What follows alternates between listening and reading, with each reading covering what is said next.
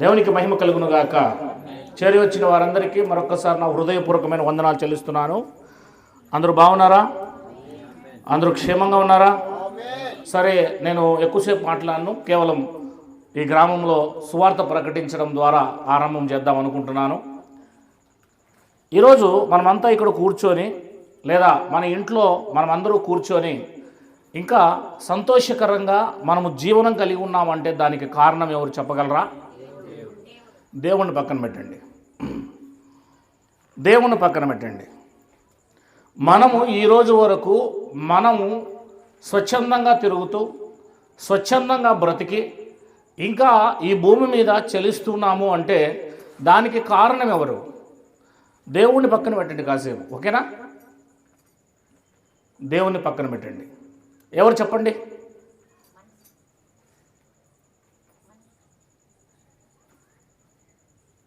మూడు దళాలు ఉన్నాయి. మూడు దళాలు, వాటి గురించి మీకు ఈరోజు చెప్తాను. జాగ్రత్త వినాలి. సువార్త బయటికి వెళ్తూ ఉంది. ఇది సువార్త మాత్రమే. జాగ్రత్తగా మనం ఇక్కడున్న వాళ్ళు కూడా విందాం.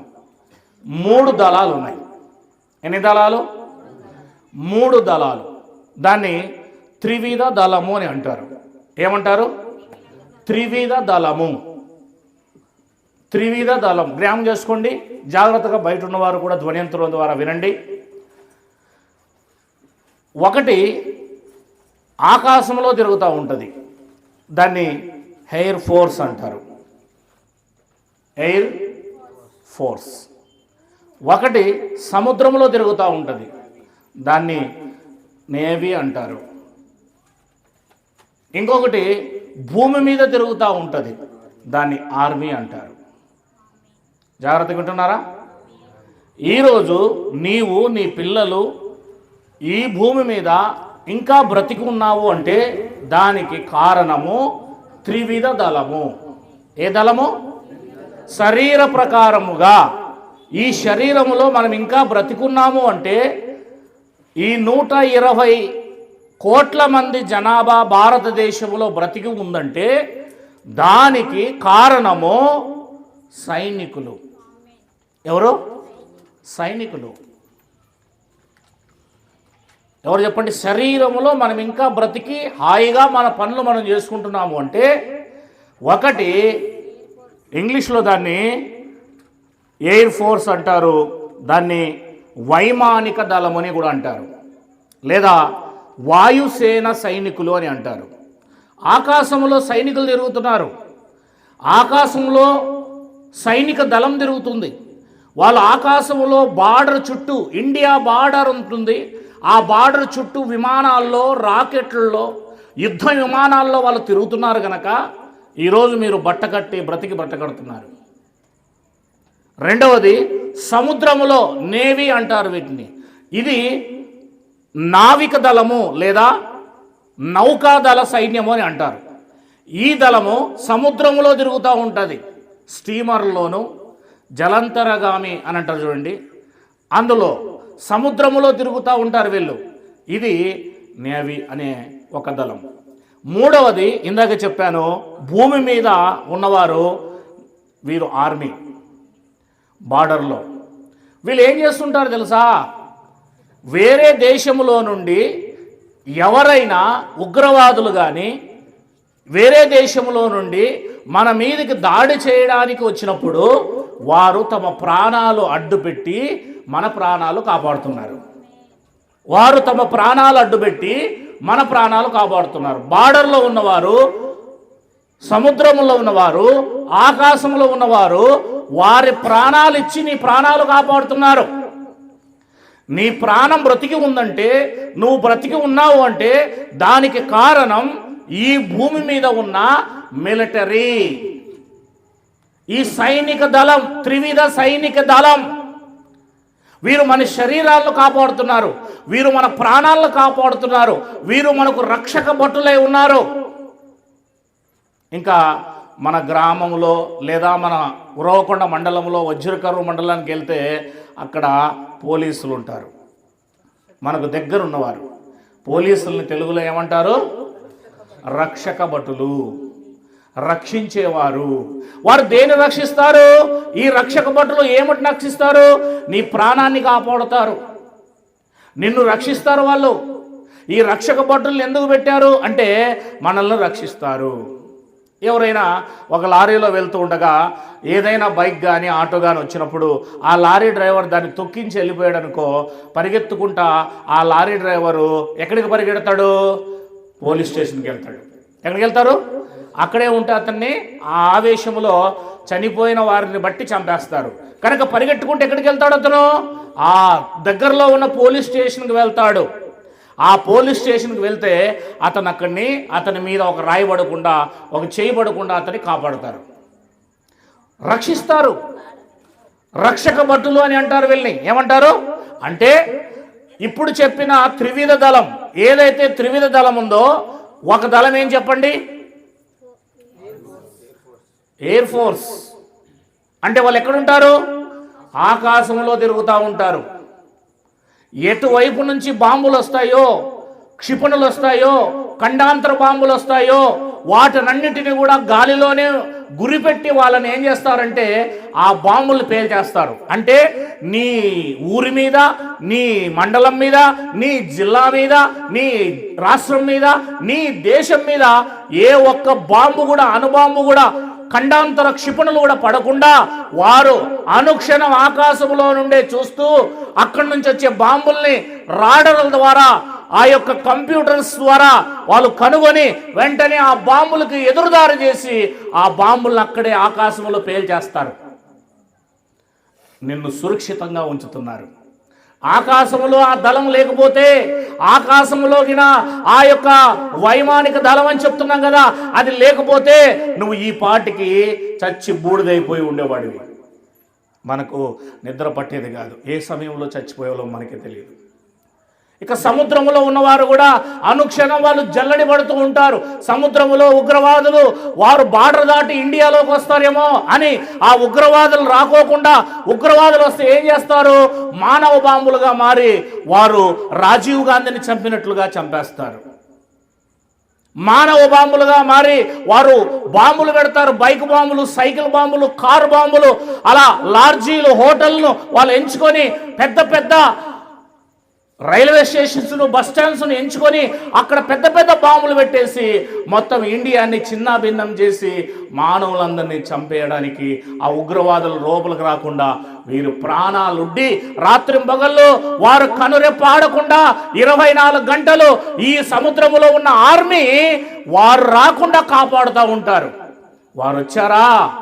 తాజ్మహల్ హోటల్లో ముంబైలో ఏం జరిగింది? ఒక్కడొచ్చాడు, కసబ్ అనేవాడు, ఎంతమందిని కసకస కసకస చంపాడు. ఒక్కడు చాలు 1,00,000 మందిని చంపగలడు వాడు. ఉగ్రవాదంతో నిండుకొనిపోయి ఉంటారు, ఆవేశంతో నింపుదల కలిగి ఉంటారు. వాళ్ళకి అలాంటి బోధ చేస్తారు, అలాంటి ఉపదేశాలు ఇస్తారు. వారు జిహాద్ అని వస్తారు లోపలికి బయలుదేరి. జిహాద్ అంటే అర్థం ఏంటంటే ఇతరుల్ని చంపి వాళ్ళు స్వర్గానికి పోతారు అని అనుకుంటారు. జిహాద్ అని అంటే అర్థం ఏంటంటే ఇతరుల్ని చంపితే మతం కోసమై, వాళ్ళ దేవుని కోసమై వారు పరలోకానికి, స్వర్గానికి, దేవుని దగ్గరికి వెళ్ళిపోతామని బోధిస్తారు. వాళ్ళకి చంపు, నువ్వు స్వర్గానికి పోతావు అని చెప్తారు. చంపితే స్వర్గానికి పోతానంటే సంతోషంగా చంపుతాడు ఎవడైనా. మన యేసు ప్రభు చంపొద్దన్నాడు, చావు, ఇతరుల్ని స్వర్గానికి తీసుకెళ్ళన్నాడు. యేసుక్రీస్తు చెప్పింది నువ్వు చావు, ఇతరుల్ని బ్రతికించు. లోకంలో ఉన్న మతాలు చెప్పాయి నీవు చచ్చి ఇంకొకటి చంపు. కనుక ఇలాంటి ఉగ్రవాదులందరూ కూడా ఆకాశంలో నుండి రాకుండా, ఆకాశంలో ఎయిర్ ఫోర్స్, ఇండియన్ ఆర్మీ ఉంది. అది ఎప్పుడప్పుడు కనిపెడుతూ నిన్ను కునుకు వేయకుండా, నిద్రపోకుండా చేస్తా ఉంది. నువ్వు హాయిగా నిద్రపోతున్నావు, హాయిగా ఇక్కడ నీ పనులు నువ్వు చేసుకుంటున్నావు అంటే దానికి కారణం ఆకాశంలో ఎగిరే ఆ ఎయిర్ ఫోర్స్. సముద్రంలో ఉన్న ఈ నేవీ ఏదైతే ఉందో వారు కంటి మీద నిద్ర లేకుండా, ఏ ఒక్కడు కూడా లోపలికి జొరబడకుండా బార్డర్లో, ఇండియా బార్డర్లో ఉండి వారి ప్రాణాలు ఉండి అక్కడి నుంచి వచ్చే ప్రతి దొంగను లేకపోతే ఉగ్రవాదిని అక్కడే అట్టుకట్టి అక్కడే సముద్రంలోనే వాడిని పట్టి వాడిని అక్కడే చంపేస్తున్నారు. ఏ ఒక్కటి ఇండియాలోకి దూరకుండా నలుమూలల తూర్పు, ఉత్తరం, దక్షిణం, ఈ పడమర నలుమూలల నుంచి ఏ ఒక్కడు కూడా మన ఇండియాలోనికి ఏ ఒక్క వైరస్ కూడా లోపలికి రాకుండా, ఏ ఒక్క దొంగ కూడా లోపలికి దూరకుండా ఈ 3 దళాలు, భూమి మీద ఉన్న దళం బార్డర్లో ఉంటుంది. ఇది ఎక్కడుంటుంది? బార్డర్ ఆర్మీ అంటారు దీన్ని. ఇండియాకి, చైనాకి, నేపాల్కి, ఇండియాకి, అలా రష్యాకి, ఇండియాకి బార్డర్స్ ఉంటాయి. ఈ బార్డర్స్లో కరెక్ట్గా వాళ్ళు అక్కడ కాపులా ఉంటారు. మొన్న 26వ తేదీన గణతంత్ర దినోత్సవ దినమున చూశారు కదా, అటువైపున పాకిస్తాన్ సైనికులు, ఇటువైపు భారతదేశపు సైనికులు వారు విన్యాసాలు చేయడం జరుగుతుంది. అటు గీత అటు దాటరు, వాళ్ళు ఈ గీత ఇటు దాటరు. ఎవరి యొక్క పతాకమును వారు విప్పి ఎగరేస్తారు. బార్డర్ అంటారు దాన్ని. ఆ బార్డర్ అవతలోడి యువతలు దాటొచ్చినాడు వీడు బుల్లెట్లు దూరిపోయేటట్లు కొట్టేస్తాడు, ఇంకా అంతే. అందుకే వాళ్ళకి అక్కడ ఉన్న వాళ్ళకి ఆ బార్డర్లో ఆ గేట్ దగ్గర ఉన్న వారికి ఎంత ట్రైనింగ్ ఉంటుందో తెలుసా? గీట్ మీద ఇలా అడుగు పెట్టాడా ఇండియా ఆర్మీ వాడు, వాళ్ళ గీత మీద బార్డర్ మీద అవతల వాడిని ఈయనకి తూటాలు తింపే అధికారం అవతల వాళ్ళకి ఇచ్చారు. అందుకే బార్డర్ తొక్కుకోకుండా వాడు ఎన్ని విన్యాసాలు చేస్తాడు. వాడు కూడా బార్డర్ తొక్కకూడదు, యువతల నుంచి గుండ్లు దింపేస్తారు. అట్లా ఎంత ఇంక ములాజే లేదు. బార్డర్ తొక్కకుండా చేయాలి ఏ పనైనా. అది కనుక ఈ బార్డర్లో ఈ సైన్యం, ఆర్మీ సైన్యం తన ప్రాణం పోగొట్టుకుంటుంది, నిన్ను కాపాడుతుంది. సముద్రములో ఆ సైన్యం తన ప్రాణాలు పోగొట్టుకుంటుంది, నిన్ను కాపాడుతుంది. ఆకాశములో ఆ సైన్యం తన ప్రాణాలు పోగొట్టుకుంటుంది, నిన్ను కాపాడుతుంది. శారీరకంగా మన ప్రాణాలు కాపాడుతుంది ఎవరు అంటే దేవుణ్ణి పక్కన పెడితే ఆర్మీ అని చెప్పాలి. ఏమని చెప్పాలి? ఆర్మీ. వీరిని రక్షక భటులు అని అంటారు, రక్షకులు సైన్యం అని అంటారు. మన శరీరమును, మన ప్రాణమును కాపాడేది ఎవరు అంటే ఇప్పుడు వాళ్ళగిన ఒక్కరోజు స్ట్రైక్ చేసి ఈ 3 దళాలగిన వాళ్ళ ఇంటికి వాళ్ళు వెళ్ళిపోయారు అనుకో, ఇండియాలో ఉన్న 120 కోటి 120 కోట్ల మంది జనాభా ఒక్కరోజు చాలు బూడిద చేయడానికి పాకిస్తాన్కి. ఒక్కరోజు చాలు, మొత్తం అందరూ చంపేస్తుంది. ఒక్కరోజు చాలన్నారు, ఎక్కువ రోజులు అవసరం లేదు వాళ్ళకి. మొత్తం అణుబాంబులు వేసేస్తుంది, ఖండాంతర క్షిపణులు వేసేస్తుంది. మొత్తం అందరూ కూడా బూడిదైపోతాం ఇండ్లతో సహా. కనుక ఈ 3 దళాలు, త్రివిధ దళములు ఉండడం వల్ల ఈ భూమి మీద మనిషి శరీరములో ఇంకా బ్రతికి మన పనులు మనం చేసుకుంటున్నాం, మన కూలికి మనం వెళ్తున్నాం, మన ఉద్యోగానికి మనం వెళ్తున్నాం, మన పొలానికి మనం వెళ్తున్నాం, మన ఇంట్లో మనం వంట చేసుకుంటున్నాం. హాయిగా నీకు ఇచ్చిన వయసులో 60, 70, 80 సంవత్సరాల కాలం నువ్వు బ్రతుకుతున్నావు అంటే దాని వెనకాల ఆర్మీ ఉంది. నీకు తెలియాలి. వారి ప్రాణాలు ఉంటున్నారు, వాళ్ళ ప్రాణాలు పెడుతున్నారు. అందుకే ఆర్మీ ప్రాణాలు పెట్టి ఎంతో మందిని తీసుకొచ్చేటప్పుడు వారిని వీర జవాన్స్ అంటారు, వీరమరణం పొందారు అని అంటారు. ఎందుకు అంటే వారు మన కోసం ప్రాణం పెట్టారు, ప్రాణం పెడుతున్నారు. వారికి ఇచ్చే జీతం 30, 40, 50 వేలు కావచ్చు, కానీ ప్రాణం పెడుతున్నారు. వాళ్ళు ప్రాణం పెడుతున్నారు. ఇంట్లో వారిని 3 నెలలు 6 నెలలు వదులుకొని వెళ్తారు, కుటుంబాన్ని త్యాగం చేస్తారు. ఏ సమయంలో టెలిగ్రామ్ వస్తుందో, ఏ సమయంలో వాళ్ళకు పిలుపు వస్తుందో తెలియదు. పెళ్లి చేసుకున్న గంటకే రావచ్చు, యుద్ధానికి సిద్ధం కండి అనగానే ఇంటి వాళ్ళకి చెప్పి వెళ్ళిపోవాలి, అక్కడే శవం అయిపోతాడు. అంటే త్యాగం చేస్తున్నారు వీళ్ళందరూ. ఏం చేస్తున్నారు వీళ్ళు? తమ ప్రాణాలు ఉడ్డి మన ప్రాణాలు కాపాడుతున్నారు. ఈ త్రివిధ దళం. నేను ఎందుకు చెప్తున్నాను అంటే అసలైన దానికి వస్తాను. ఈ 3 రకాల దళము మన ప్రాణం కాపాడడానికి వాళ్ళ ప్రాణాలు పెడుతున్నారు, పణంగా పెడుతున్నారు. బార్డర్లో ఎంతో మంది చనిపోతుంటారు తెలుసా? రోజుకు 100 మంది, 1000 మంది చనిపోతూ ఉంటారు. అది మనకు తెలియదు. మన ఊర్లో ఉండే ఆర్మీ పిల్లోడు చనిపోతే మనకు తెలుస్తుంది. కానీ భారతదేశం చాలా పెద్దది కదా, 29 రాష్ట్రాలు కలిగింది, 120 కోట్లు జనాభా కలిగింది. కనుక ఆయా మహారాష్ట్రలో చనిపోయిన వారు, ఆయా అస్సాంలో చనిపోయిన వారు, ఆయా తెలంగాణలో చనిపోయిన వారు నీకేం తెలుస్తారు? అలా ఆర్మీ రోజుకు ఎంతో మంది ప్రాణాలు పెట్టి నీ ప్రాణాలు కాపాడుతున్నారు ఈరోజు. ఇది గమనించు. అంటే మన ప్రాణాలు కాపాడడానికి ఎవరో ప్రాణ త్యాగం చేస్తున్నారు. మన ప్రాణాలు కాపాడడానికి ఎవరో తమ యొక్క సమయాన్ని వెచ్చిస్తున్నారు. వాళ్ళ ప్రాణాలు పెడుతున్నారు కనుక మనం ప్రాణాలు కాపాడుకొని బ్రతుకుతున్నాము. ఇకపోతే మనిషి అనగానే కేవలం శరీరం కాదు. మనిషి అనగానే కేవలం శరీరం కాదు, కేవలం ప్రాణం కాదు. మనిషిలో ఆత్మ ఉన్నది. మనిషిలో ఏముంది? ఆత్మ ఉన్నది. మనిషిలో ఏముందమ్మా? మనిషిలో ఆత్మ ఉన్నది. యోబు గ్రంథము 12వ అధ్యాయము. బైబిల్ తీయాలి ఇక మీరు.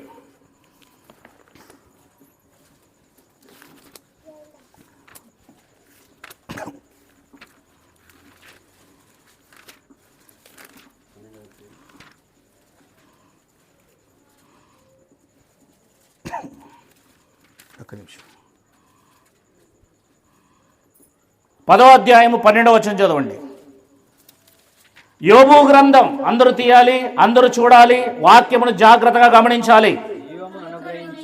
జీవమును అనుగ్రహించి నా ఎడల కృప చూపితివి, నీ సంరక్షణ చేత. దేవుడే ఆత్మను కాపాడాలి. ఆత్మను కాపాడేది ఎవరు?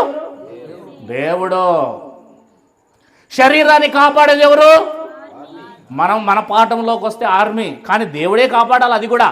కానీ కాస్త ఆర్మీని పెట్టుకున్నాం మన ముందరంతే. మన ప్రాణాన్ని కాపాడేది ఎవరు? ఈ శరీరంలో మనం ఇంకా ఉన్నామంటే దానికి కారణం ఎవరు?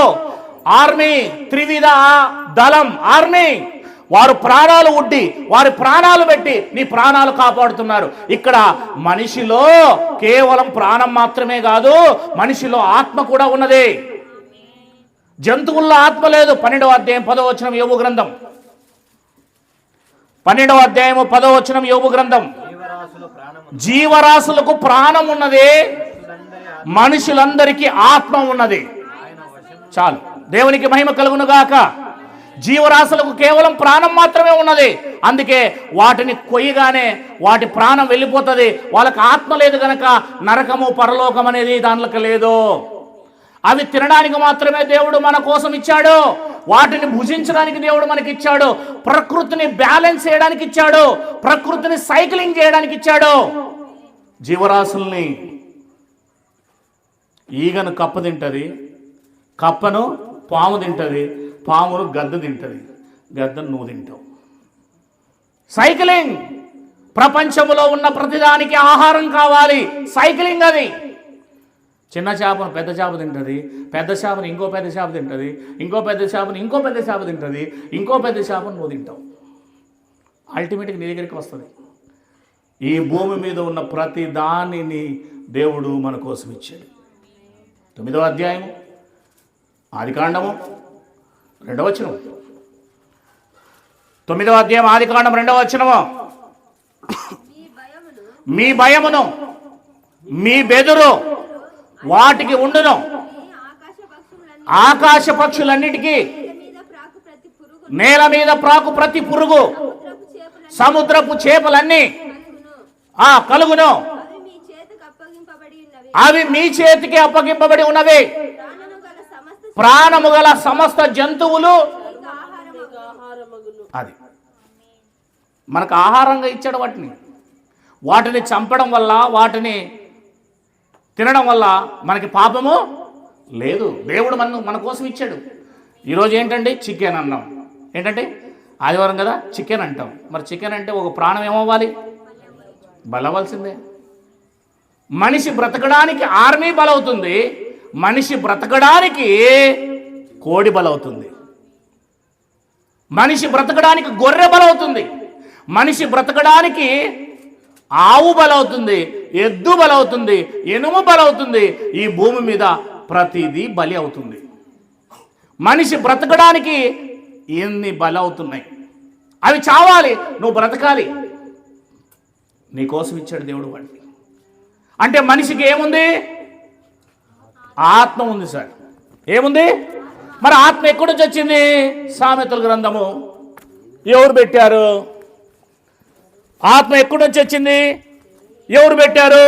సామెతల గ్రంథము 20వ అధ్యాయము 27వ వచనం. ఓ మనిషి, నీతోనే మాట్లాడుతున్నాను. నరుని ఆత్మ దేవుడు పెట్టిన దీపం.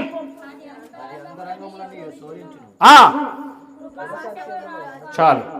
నరునిలో ఆత్మ దేవుడు పెట్టాడు. నరునిలో ఆత్మ ఎవరు పెట్టారు? ఇక్కడ కూర్చుని మీ అందరిలో కూడా ఆత్మ ఉంది, అవునా లేదా? మన అందరిలో ఆత్మ ఉంది. ఆత్మను ఎవరు పెట్టారు? యోహాను సువార్త 3వ అధ్యాయం. యోహాను సువార్త 3వ అధ్యాయము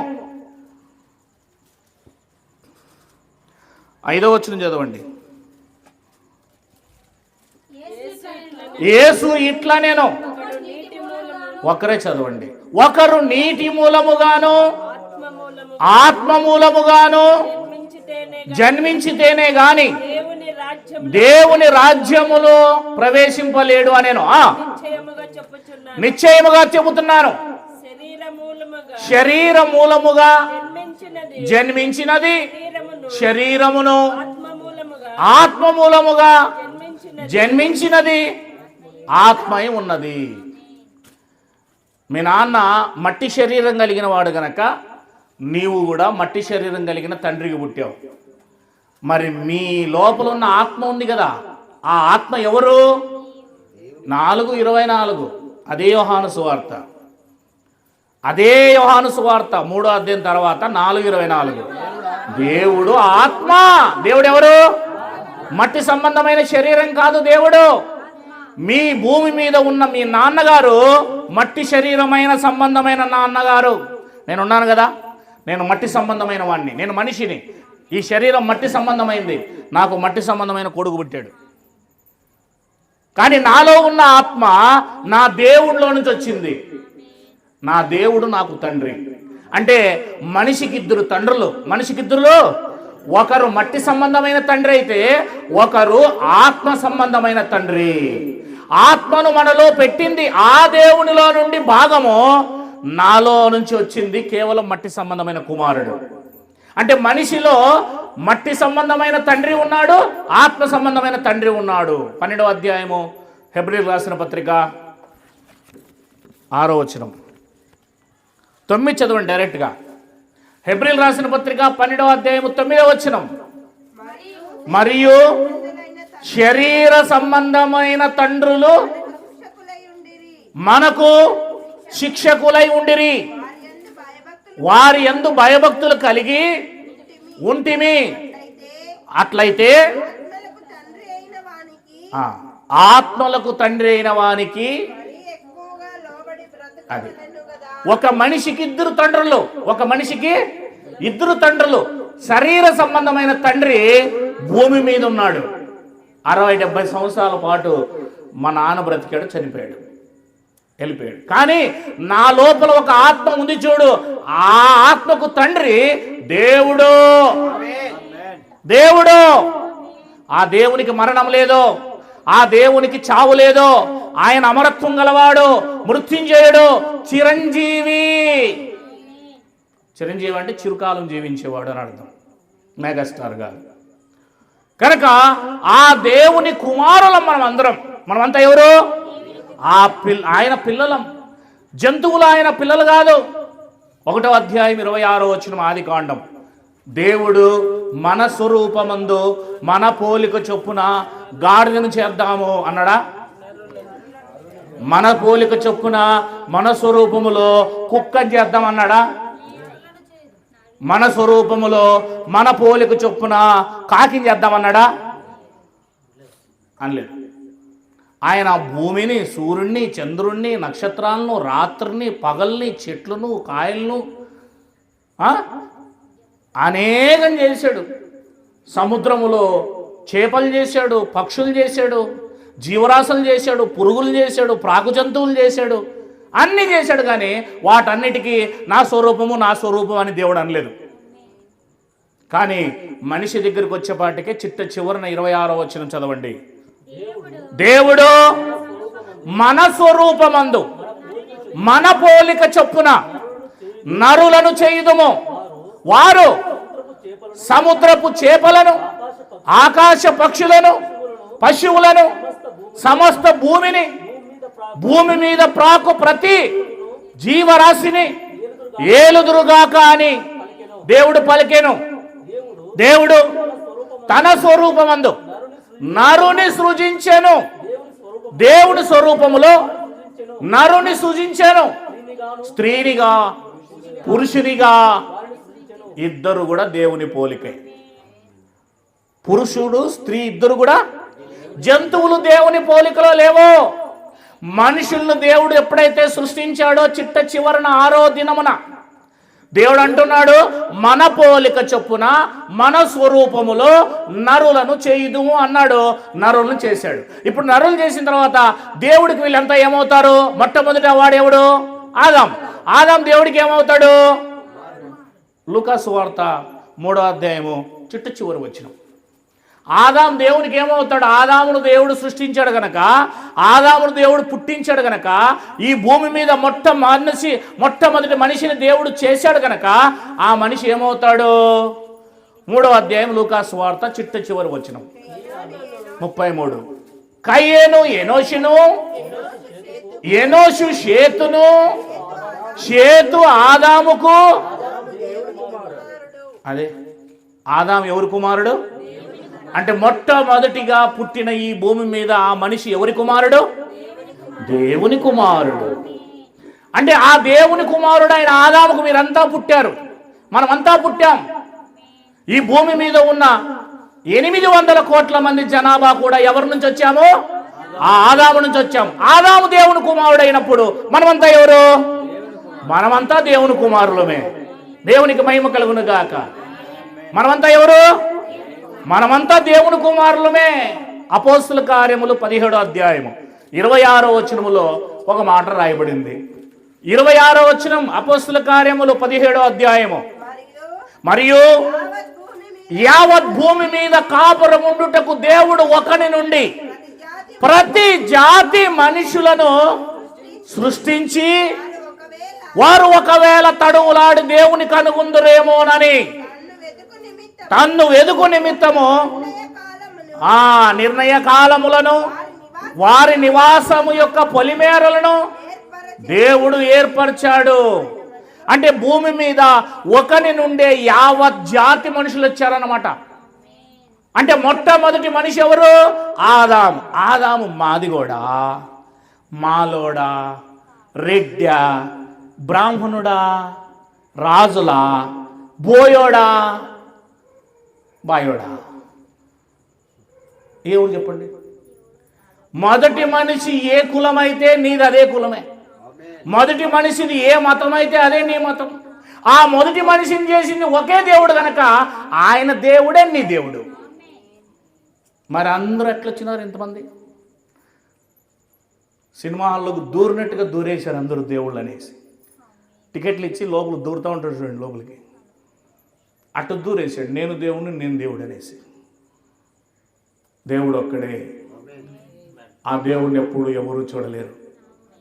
యోహాను సువార్త 1వ అధ్యాయం 18వ వచనం. ఆ దేవుణ్ణి ఎప్పుడు ఎవడు చూడలేడు. ఎందుకంటే దేవుడు ఆత్మ కనుక. ఎవడును ఎప్పుడైనాను దేవుణ్ణి చూడలేదు. చాలు, దేవుణ్ణి ఎవరు చూడలేదు. ఆదాము మొదలుకొని ఈ భూమి మీద మనుషులు ఎవ్వరు దేవుణ్ణి చూడలేరు. 1 తిమోతి పత్రిక 6వ అధ్యాయం. భూమి మీద మనుషులు ఎవ్వరు కూడా దేవుణ్ణి చూడలేరు. 16వ వచనం. సమీపింపరాని తేజస్సులో వసించుచు అమరత్వం గలవాడై. అమరత్వం సంస్కృత భాష. అమరత్వం అంటే అమృతం అనే పదము అమరత్వంలో నుంచి వచ్చింది.